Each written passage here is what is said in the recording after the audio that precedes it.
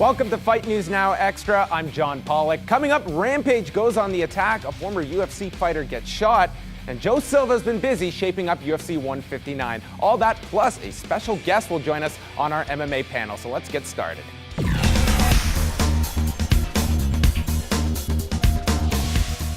With the final fight on his UFC contract now fulfilled, Quinton Rampage Jackson is not taking a softer tact on his stance with the company. Jackson spoke to MMA Heat's Karen Bryant, complaining about compensation and disputing certain pay-per-view numbers. Jackson's argument is that he has been told one number and alleging the UFC tells the press a higher number of buys, though you would be hard-pressed to ever find a publicly disclosed pay-per-view number from the UFC outside of their legal dispute with Randy Couture.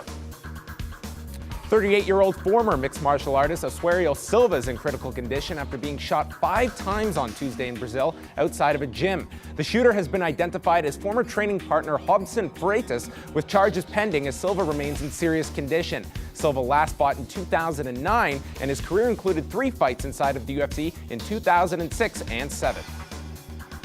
The UFC 159 card set for April the 27th in Newark, New Jersey is growing at a rapid pace. Incoming Strikeforce lightweight Pat Healy has drawn Jim Miller in his Octagon debut.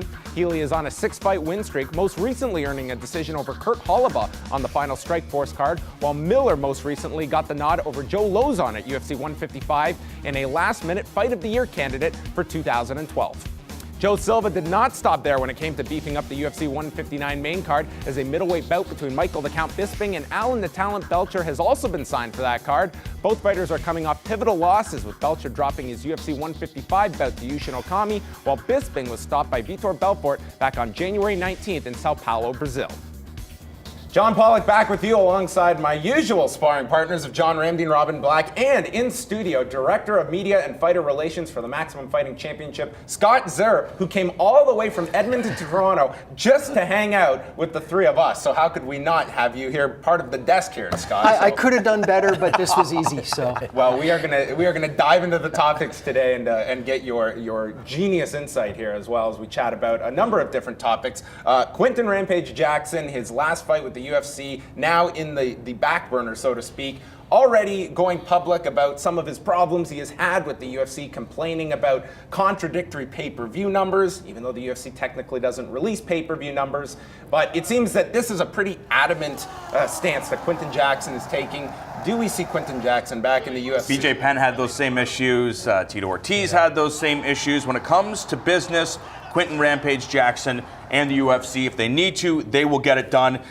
Is that the way that it works, or a fighter promoter? You've had this happen. Yeah, sure we have. There's definitely times where you can iron things out, the old cooler heads prevail type of thing. I will disagree with you, John. I don't think you'll see him back there. I think he's a very headstrong kind of guy. I see him maybe going to Japan, where we all know he loves to go, or maybe getting into wrestling. But at the end of the day, if the money isn't there in Japan, if it's not here in North America, and he has no options, he says he's not retiring from mixed martial arts, he's just leaving the UFC. But if those paydays are a third or 2/3 less than what he's used to getting from the UFC, I have a hard time believing that he, if they decide, you know what, let's just go back to the negotiating table.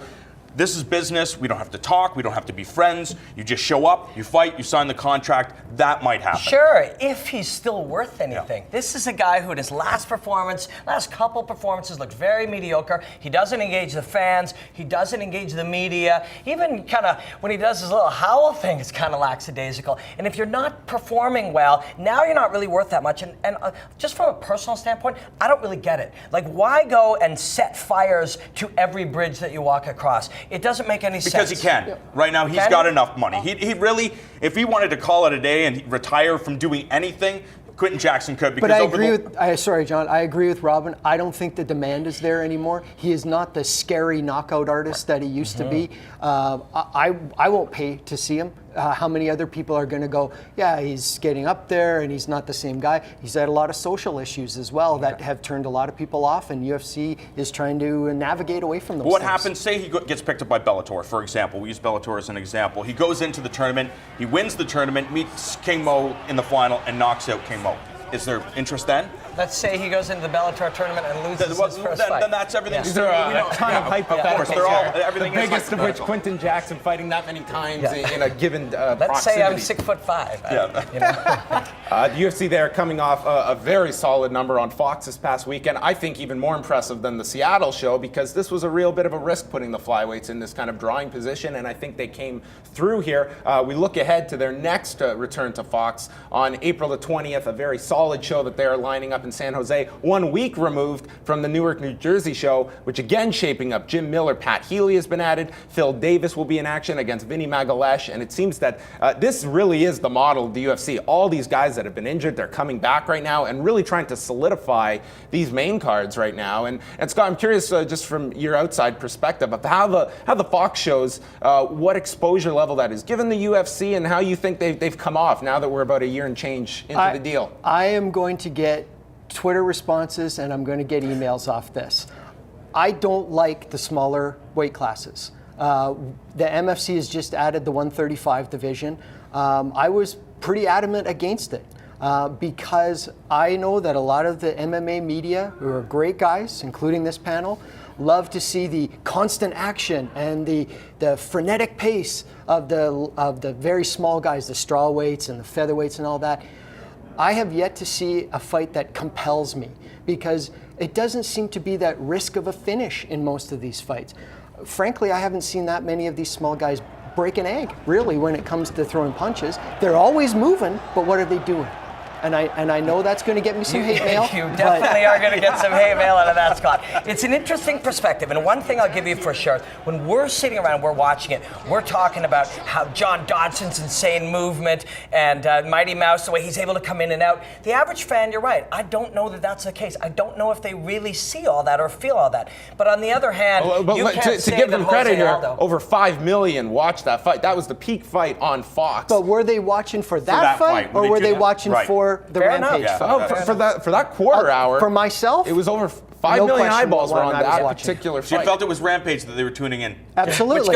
Which goes back to my theory that Rampage is still relevant. People want to watch Maybe Rampage. that was his last time. I find that interesting too because we were pumped about that, but we are the obsessive nerds. Exactly. We are not the dirty masses. You know, we are the obsessive nerds desperate to see this kind of stuff. It's interesting. I also want to bring up, you're talking about numbers. You know, when we look at the UFC on Fuel, they're talking, 100,000, 120,000. Actually less than MFC will be able to get on Access TV. How do you weigh that? When you look at that, how do you feel about, with the great platform you guys have on Access? Well, it's a fabulous platform. I mean, not only do you have a great show with great commentators who are, building up the fights and the production is out of this world, you also have something like Inside MMA to bring you sort of that preview, and it's a great tie-in. And I just want to get back to my point about the lighter guys. When we decided to add that division, we made it very clear to prospective fighters like Anthony Burchak, who's coming in to join the MFC in May, finish. Because we are not going to watch 15 minutes or 25 minutes of guys who do their Tasmanian Devil impression. We want to see guys who are mini rampages. You were going to get hate mail, my friend. I feel like the spirit of Mark Pavlich is here in the studio with us right now. I learned from a good man. Yes, you did. Sitting at the tree of the master. MFC 36 is coming up February 15th. Where can people go to get tickets if there are some still available? If there's some still available, please go to www.ticketmaster.ca. Did I throw too many W's I in think there? you got it. I think you got exactly 3. But ticketmaster.ca, and absolutely check out MaximumFighting.com for all the latest. You can send your flyweight critiques to Scott Zur on Twitter, and we'll be coming back with more on Fight News Now Extra.